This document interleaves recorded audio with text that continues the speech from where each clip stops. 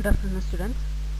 നമ്മളിപ്പം ലാസ്റ്റ് ക്ലാസ്സിൽ പിയേഴ്സിൻ്റെ ടൈപ്പ് വരെയായിരുന്നു പഠിച്ചത് അല്ലേ. നമുക്ക് ബാക്കിയുള്ളത് നോക്കാം.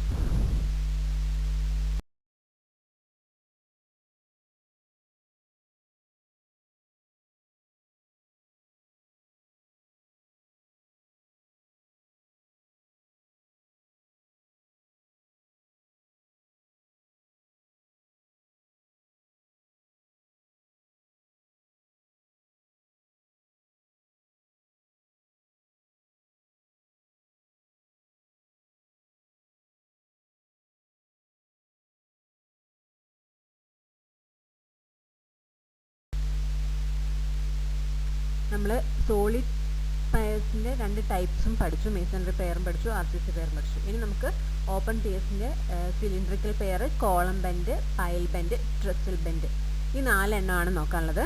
നമുക്ക് ഓരോന്നും ഡീറ്റെയിൽ ആയിട്ട് തന്നെ നോക്കാം.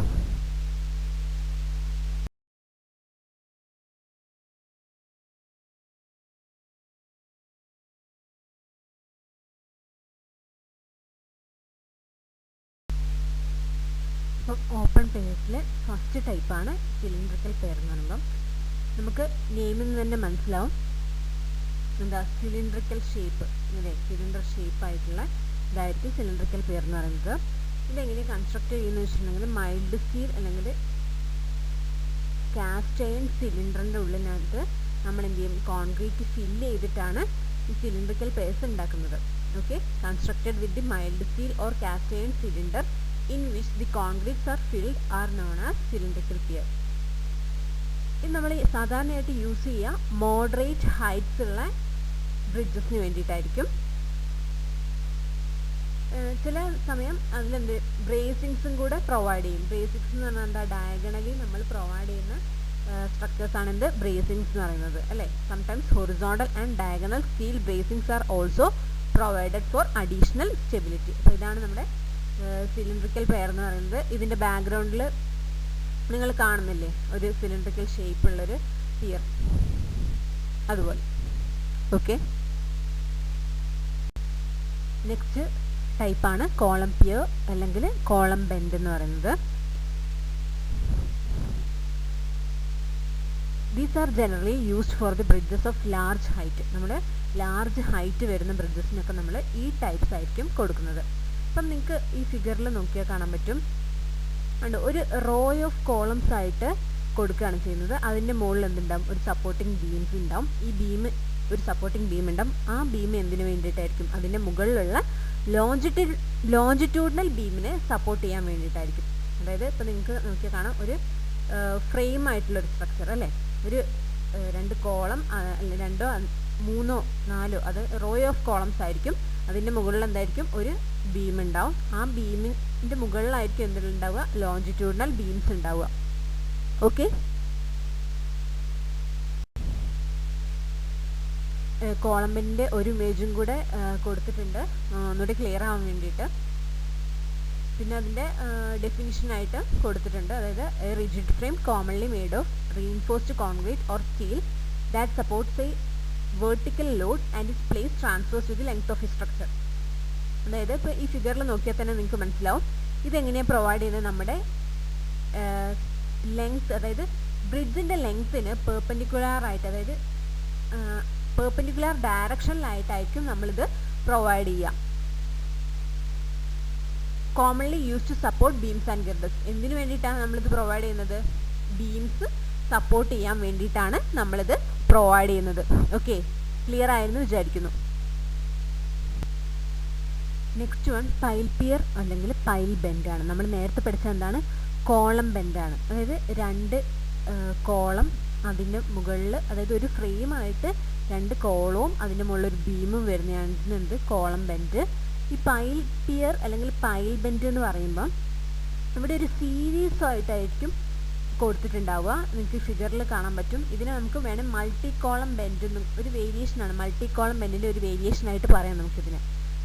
ഫിഗറിൽ ഫിഗറിൽ കാണിച്ചിട്ടുണ്ട്, കണ്ടോ, ഒരു സീരീസ് ഓഫ് നമ്മളെ സീരീസ് ആയിട്ടാണ് കൊടുത്തിരിക്കുന്നത്.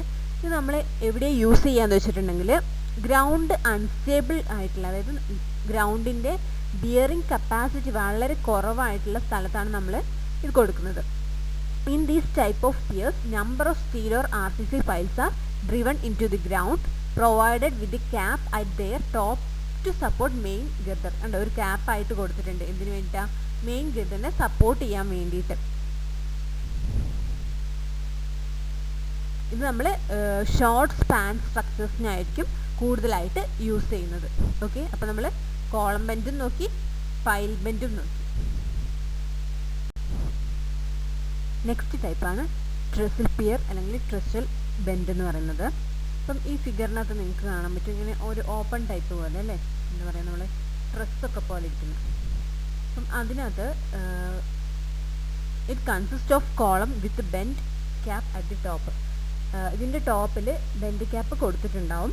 As per the latest recommendation the hinges may also be provide. ഇതിൻ്റെ ടോപ്പിൽ ഒരു ഹിഞ്ചും കൂടെ പ്രൊവൈഡ് ചെയ്യും. ഇത് നമ്മൾ എലിവേറ്റഡ് റൂഫ് ഉള്ള ഫ്ലൈ ഓവേഴ്സിനൊക്കെയാണ് അധികം കൊടുക്കുന്നത്. These are suitable for bridges of large height and where water current is slow and river bed. ഇപ്പോൾ സ്ലോ വാട്ടർ കറണ്ട്, അതായത് അധികം വെള്ളം ശക്തമായി ഒഴുകാത്ത സ്ഥലത്തൊക്കെയാണ് നമ്മൾ ഈ ടൈപ്പ് കൊടുക്കുന്നത്. പിന്നെന്താ, ലാർജ് ഹൈറ്റ് വേണ്ട സ്ഥലത്തൊക്കെ ആണ് നമ്മൾ ട്രെസിൽ പിയർ അല്ലെങ്കിൽ ട്രെസിൽ ബെൻഡ് കൊടുക്കുന്നത്. ഓക്കെ,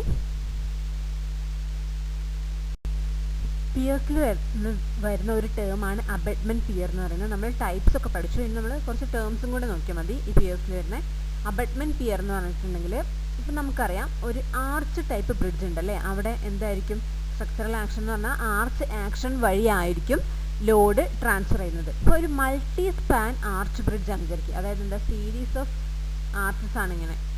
അപ്പോൾ അങ്ങനെയുള്ള മൾട്ടിപ്പിൾ ആർച്ച് ബ്രിഡ്ജസിൻ്റെ കേസിൽ എവരി 4 or 5th പിയർ, അതായത് 4ാമത്തെയോ 5ാമത്തെയോ പിയർ എന്തായിട്ട് കൊടുക്കും, നമ്മളൊരു അബട്ട്മെൻ്റ് ആയിട്ട് കൊടുക്കും. ഇതെന്തിനാണ് കൊടുക്കുന്നതെന്ന് വെച്ചിട്ടുണ്ടെങ്കിൽ, നമുക്ക് ഹൊറിസോണ്ടൽ ത്രസ്റ്റ്, ഒരു ആർച്ചിൻ്റെ കേസിൽ നമുക്കറിയാം ഹൊറിസോണ്ടൽ ത്രസ്റ്റ് ഉണ്ടാവും. ഈ ഹൊറിസോണ്ടൽ ത്രസ്റ്റിനെ വിത്ത്സ്റ്റാൻഡ് ചെയ്യാൻ വേണ്ടിയിട്ടാണ് നമ്മൾ എവരി 4 or 5th പിയർ എന്ന് പറയുന്നത് ഒരു അബട്ട്മെൻറ്റ് പിയർ ആയിട്ട് കൊടുക്കുന്നത്. ഓക്കെ, അപ്പോൾ അബട്ട്മെൻറ്റ് പിയർ എന്ന് പറയുന്നത് ഏതിലാണ്? മൾട്ടിപ്പിൾ ആർച്ച് ബ്രിഡ്ജിൻ്റെ കേസിൽ നമ്മൾ ഹൊറിസോണ്ടൽ ത്രസ്റ്റ് വിത്ത്സ്റ്റാൻഡ് ചെയ്യാൻ വേണ്ടിയിട്ട് കൊടുക്കുന്ന സപ്പോർട്ടിനെയാണ് നമ്മൾ എന്ത് പറയുന്നത്? അബട്ട്മെൻറ്റ് പിയർ എന്ന് പറയുന്നത്. ഓക്കെ, നെക്സ്റ്റ് നമുക്ക് നോക്കാനുള്ളത് സ്റ്റെബിലിറ്റി ഓഫ് പിയേഴ്സ് ആണ്. അതായത് നമ്മളിപ്പം എന്താണ് പഠിക്കുന്നത്? സൂപ്പർ സ്ട്രക്ചർ, ഒരു ബ്രിഡ്ജിൻ്റെ സ്ട്രക്ചർ ഓരോ കമ്പണൻസ് ആണ് അല്ലേ, സ്ട്രക്ചേഴ്സിൻ്റെ കമ്പണൻസ് ആണ് നമ്മൾ പഠിക്കുന്നത്. Super structure, sub structure. അതിലിപ്പോൾ ഉള്ള നമ്മളിപ്പോൾ പഠിക്കുന്ന ഏതാണ്? സൂപ്പർ സ്ട്രക്ചർ ആണ്. അതിൽ വരുന്ന പിയർ ആണ് നമ്മളിപ്പോൾ നോക്കിക്കൊണ്ടിരുന്നത്. അതിനകത്തുള്ള ടൈപ്സ് ഒക്കെ നമ്മൾ പഠിച്ചു. ഇനി നമ്മൾ എന്താണ് അതിൻ്റെ സ്റ്റെബിലിറ്റി നമുക്കറിയാം. ലോഡ് സബ്സ്ട്രക്ചറിലോട്ട് ട്രാൻസ്ഫർ ചെയ്യുന്നതാണ് എന്ത്? പിയേഴ്സ് എന്ന് പറയുന്നത്. അപ്പം അതിൻ്റെ സ്റ്റെബിലിറ്റി എന്ന് പറയുന്നത് വളരെ ഇമ്പോർട്ടൻ്റ് ആണ് അല്ലേ. അപ്പം നമ്മൾ ആ സ്റ്റെബിലിറ്റിക്ക് എന്തൊക്കെ ഫാക്ടേഴ്സ് ഉണ്ടെന്നുള്ളതാണ് നമ്മളതിൽ ഡിസ്കസ് ചെയ്യുന്നത്. All the components of pier should be sufficiently strong. അതായത് ലോഡ് ക്യാരി ചെയ്യണമെങ്കിൽ നമുക്കറിയാം സഫിഷ്യൻ്റ്ലി അതെന്തായിരിക്കണം? സ്ട്രോങ് ആയിരിക്കണം. പിന്നെ pier should be stable against sliding. സ്ലൈഡിങ്ങിന് സ്റ്റേബിൾ ആയിരിക്കണം. അതായത് സ്ലൈഡിങ് ചെക്കൊക്കെ നമ്മൾ ഡിസൈൻ ചെയ്യുമ്പോൾ സാറ്റിസ്ഫൈ ചെയ്യുന്നുണ്ടോ നോക്കണം. പിന്നെ ഇതൊരിക്കലും മറിഞ്ഞു പോകാൻ പാടില്ല അല്ലേ. The pier must not be turned over under the worst combinations of all loads and forces. No tension should be under the foundation permitted and maximum pressure should not exceed the permissible value അല്ലെങ്കിൽ bearing capacity. അതായത് നമുക്കറിയാം ഒരു ബ്രിഡ്ജിൻ്റെ കേസിലാകുമ്പോൾ പലതരം load, dead load വരും, live load വരും, ചിലപ്പോൾ wind load വരും. ഇനി ഇങ്ങനെ ഏത് ടൈപ്പ് ലോഡുകൾ വന്നാലും ഒരിക്കലും അവിടെ ടെൻഷൻ ഡെവലപ്പ് ചെയ്യാൻ പാടില്ല അല്ലേ. പിന്നെ മാക്സിമം പ്രഷർ നമുക്കറിയാം, മാക്സിമം പ്രഷർ നമ്മൾ കണ്ടുപിടിക്കും. എന്നിട്ട് അതൊരിക്കലും അതിൻ്റെ പെർമിസിബിൾ ആയിട്ടുള്ള ബിയറിംഗ് കപ്പാസിറ്റിനേക്കാളും കൂടാനും പാടില്ല. അപ്പം ഇത്രയും കാര്യങ്ങൾ നമ്മൾ എന്ത് ചെയ്യണം? സ്റ്റെബിലിറ്റി ഓഫ് പിയർ കൺസിഡർ ചെയ്യുമ്പോൾ നമ്മൾ ഇത്രയും കാര്യങ്ങളാണ് കൺസിഡർ ചെയ്യേണ്ടത്. ഓക്കെ, നെക്സ്റ്റ് ടേം നമുക്ക് നോക്കാനുള്ളത് അബട്ട്മെൻറ്റ്സ് ആണ്. അബട്ട്മെൻറ്റ്സ് നമ്മൾ ഓൾറെഡി പറഞ്ഞു. എന്തായിരുന്നു? അതെന്ന് പറയുന്നത് എന്താണ്, എൻഡ് സപ്പോർട്ടാണ് അല്ലേ. ബ്രിഡ്ജിൻ്റെ എൻഡ് സപ്പോർട്ടിനെയാണ് നമ്മൾ അബട്ട്മെൻറ്റ്സ് എന്ന് പറയുന്നത്. ഇനി നമുക്ക് ഇത് എന്തിനാണ് നമ്മൾ കൊടുക്കുന്നത്, ഈ അബട്ട്മെൻറ്റ് എന്തിനാണ് കൊടുക്കുന്നതെന്ന് നോക്കണം. അതായത് അതിൻ്റെ ഫങ്ഷൻസ് എന്തൊക്കെയാണ്. ഇതെന്തിനാണ് മെയിനായിട്ടെന്ന് വെച്ചിട്ടുണ്ടെങ്കിൽ നമുക്ക് എർത്തിനെ റീറ്റെയിൻ ചെയ്യാൻ വേണ്ടിയിട്ടാണ്. അതായത് നമ്മൾ അതിൻ്റെ അപ്രോച്ചസിലോട്ടുള്ള എർത്തിനെ റീറ്റെയിൻ ചെയ്യാൻ വേണ്ടിയിട്ടാണ് നമ്മൾ അബട്ട്മെൻറ്റ് കൊടുക്കുന്നത്. നമ്മൾ മേസൺറിയോ അല്ലെങ്കിൽ RCCയോ യൂസ് ചെയ്തിട്ടായിരിക്കും ഉണ്ടാക്കുന്നത്. ഇനി നമുക്ക് ഈ അബട്ട്മെൻറ്റ്സിനെ പല ടൈപ്സ് ആയിട്ട് ക്ലാസിഫൈ ചെയ്യാൻ പറ്റും. ഓക്കെ, ഈ അബട്ട്മെൻറ്റ്സിൽ നമ്മൾ വീപ്പ് ഹോൾസ് കൊടുക്കാറുണ്ട്. വീപ്പ് ഹോൾ എന്ന് പറഞ്ഞിട്ടുണ്ടെങ്കിൽ എന്താണ്, നമ്മളിപ്പം ചില നിങ്ങൾ നോക്കിയാൽ കാണാൻ പറ്റും, നമ്മളിപ്പം ചില റീറ്റെയിനിങ് വാൾസിലൊക്കെ നമ്മളിങ്ങനെ ഇടയ്ക്കിടയ്ക്ക് ഒരു ഹോൾ കൊടുത്തിട്ടുണ്ടാവും. ഇതെന്തിനു വേണ്ടിയിട്ടാണ്, വാട്ടർ, അതായത് റെയിൻ വാട്ടറൊക്കെ ഇങ്ങനെ ഒഴുകി പോകാൻ വേണ്ടിയിട്ടുള്ള ഒരു ഹോളാണ്. ചെറിയ ഒരു പൈപ്പ്, ചിലപ്പോൾ ഒരു പൈപ്പ് കൊടുക്കുകയായിരിക്കും ചെയ്യുക, ചെറിയ പൈപ്പുകൾ ഇങ്ങനെ നിങ്ങൾക്ക് നോക്കിയാൽ കാണാൻ പറ്റും. അതാണ് വീപ്പ് ഹോൾസ് എന്ന് പറയുന്നത്. അപ്പോൾ ഈ അബട്ട്മെൻറ്റ്സിൽ നമ്മൾ എന്ത് കൊടുത്തിട്ടുണ്ടാവും, വീപ്പ് ഹോൾസ്. ഓക്കെ, എന്തിനു വേണ്ടിയിട്ടാണ്, നമ്മൾ എർത്ത് റീറ്റെയിൻ ചെയ്യാൻ വേണ്ടിയിട്ട് തന്നെയാണ് അത് എൻഡിൽ കൊടുക്കുന്നത്. അതായത് ബ്രിഡ്ജിൻ്റെ ഏറ്റവും എൻഡിൽ കൊടുക്കുന്ന സ്ട്രക്ചറാണ് എന്ത്, എൻഡിൽ കൊടുക്കുന്ന സപ്പോർട്ട്സ് ആണ് അബട്ട്മെൻറ്റ്സ് എന്ന് പറയുന്നത്. ഈ ഫിഗറിൽ നോക്കിയാൽ നിങ്ങൾക്ക് കാണാൻ പറ്റും. ഇനി നമ്മൾ നോക്കുന്നത് ടൈപ്സ് ഓഫ് അബട്ട്മെൻറ്റ്സ് ആണ്. അപ്പോൾ നമുക്ക് അബട്ട്മെൻറ്റ്സിനെ 2 രീതിയിൽ ക്ലാസിഫൈ ചെയ്യാം. ഫസ്റ്റ് എന്ന് പറയുന്നത് അതിൻ്റെ ഷേപ്പിനനുസരിച്ചാണ്. അപ്പം നമുക്ക് ഈ ഫിഗറിൽ നോക്കിയാൽ കാണാം പല ടൈപ്പിലുള്ള, പല ഷേപ്പിലുള്ള അബട്ട്മെൻറ്റ്സ് ഉണ്ട്. അതായത് straight abutment, T abutment, abutment with straight wings, abutment with splayed wings, return going walls. ഇങ്ങനെ ഈ ഷേപ്പിനനുസരിച്ച് 5 ക്ലാസിഫിക്കേഷനാണുള്ളത്. ഇനിയുള്ളത് വിങ് വാളിനനുസരിച്ചിട്ടാണ്. ഓക്കെ,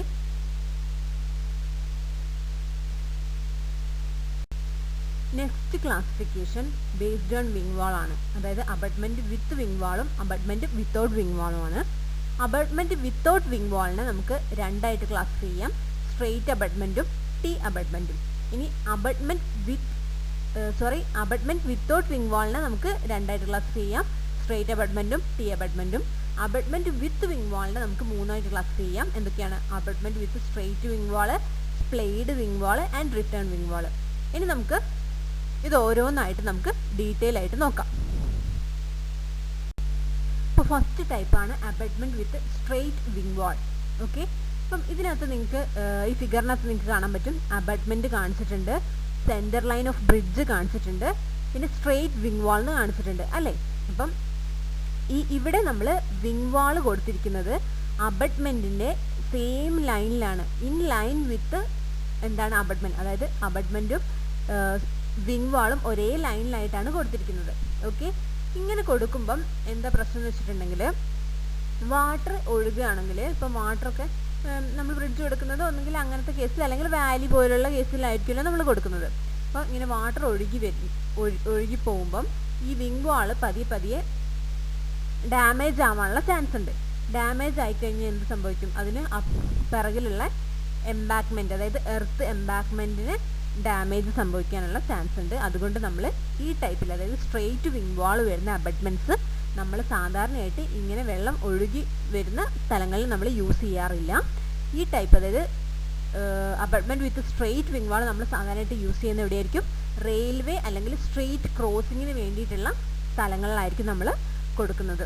മെയിനായിട്ട് നമുക്ക് ഈ ഫിഗറിൽ നോക്കിയാൽ കാണാൻ പറ്റും, ഇവിടെ അബട്ട്മെൻറ്റും വിങ് വാളും എങ്ങനെയാണ്, സ്ട്രെയിറ്റ് ഒരേ ലൈനിലാണ് കൊടുത്തിരിക്കുന്നത്. അത് സെൻട്രൽ ലൈൻ ഓഫ് ബ്രിഡ്ജിന് എങ്ങനെയായിട്ടാണ്, പെർപെൻഡിക്കുലർ ആയിട്ടാണ് കൊടുത്തിരിക്കുന്നത്. ഓക്കെ, അപ്പോൾ ഇത്രയേ ഉള്ളൂ abutment with straight wing wall. Next ടൈപ്പാണ് abutment with splayed wing wall. Okay, അപ്പോൾ നിങ്ങൾ ഈ ഫിഗറിൽ നോക്കിയാൽ നിങ്ങൾക്ക് കാണാൻ പറ്റും, നേരത്തെ നമ്മൾ എങ്ങനെയായിരുന്നു നമ്മുടെ വിങ് വാൾ എന്ന് പറയുന്നത്, അബട്ട്മെൻറ്റും ഒരേ ലൈനിലായിരുന്നു അല്ലേ. അബട്ട്മെൻറ്റ് വിത്ത് സ്ട്രെയിറ്റ് വിങ് വാളിൽ രണ്ടും ഒരേ വിങ് വാളും അബട്ട്മെൻറ്റും ഒരേ ലൈനിലായിരുന്നു.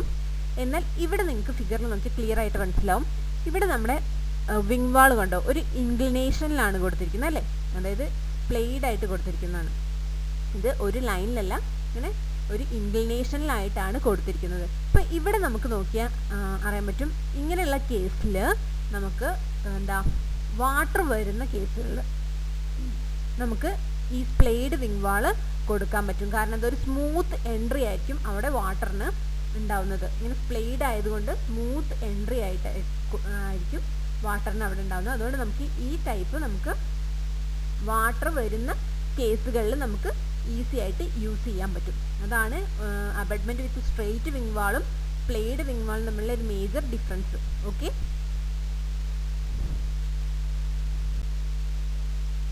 നെക്സ്റ്റ് ടൈപ്പാണ് അബട്ട്മെൻറ്റ് വിത്ത് റിട്ടേൺ വിങ് വാൾ.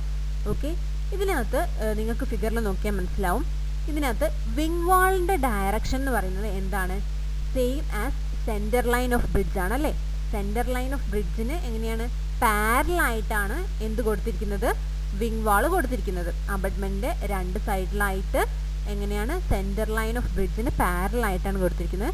നമ്മളിത് നോക്കുമ്പം ഇതിപ്പോൾ ഇതിൻ്റെ ഒരു പ്ലാൻ അല്ലേ കാണിച്ചിരിക്കുന്നത്. അപ്പം ഇത് നമ്മൾ പ്ലാൻ വ്യൂവിൽ നോക്കുമ്പം എന്തുണ്ട്? ഒരു യു ഷേപ്പിൽ കാണാൻ പറ്റും നമുക്കല്ലേ. അതുകൊണ്ട് ഇതിനെ എന്തെന്നും കൂടെ പറയാൻ പറ്റും? യു അബട്ട്മെൻറ്റ് എന്നും കൂടെ പറയാൻ പറ്റും. ഓക്കെ, ഇനി ഇത് എവിടെയാണ് യൂസ് ചെയ്യുന്നതെന്ന് വെച്ചിട്ടുണ്ടെങ്കിൽ reverse having steep and Rocky banks. അതായത് ചില തീരങ്ങളിൽ എന്ന് പറഞ്ഞാൽ ചില റിവേഴ്സിൻ്റെ തീരങ്ങളിൽ എന്തുണ്ടാവും? നല്ല റോക്കി ബാങ്ക്സ്, അതായത് നല്ല കല്ലുകൾ ഒക്കെ ഉള്ള തീരങ്ങളുള്ള, അതായത് അധികം ഇറോഷനൊന്നും നടക്കാത്ത തീരങ്ങളുള്ള റിവറിൻ്റെ ബ്രിഡ്ജിനൊക്കെ വേണ്ടിയിട്ടാണ് നമ്മൾ എന്ത് യൂസ് ചെയ്യുന്നത്? ഈ റിട്ടേൺ വിങ് വാളുള്ള abutment with return wing wall നമ്മൾ യൂസ് ചെയ്യുന്നത്. അപ്പം നമ്മളിപ്പോൾ ഇന്ന് ഇത്രേ എടുക്കുന്നുള്ളൂ. ഓരോ ദിവസവും ഞാൻ കുറച്ച് ക്വസ്റ്റ്യൻ എടുക്കുന്നുള്ളൂ. നിങ്ങൾ അന്നന്ന് തന്നെ അത് പഠിക്കുക, കാരണം നിങ്ങൾക്ക് എക്സാം പെട്ടെന്ന് തന്നെ വരും. ഓക്കെ, ഇത്രയും എടുത്തതിൻ്റെ നോട്ട്സ് ഞാൻ ഇന്ന് തന്നെ നിങ്ങൾക്ക് അയച്ചു തരാം. ഓക്കെ, അപ്പോൾ ഓക്കെ, താങ്ക് യു.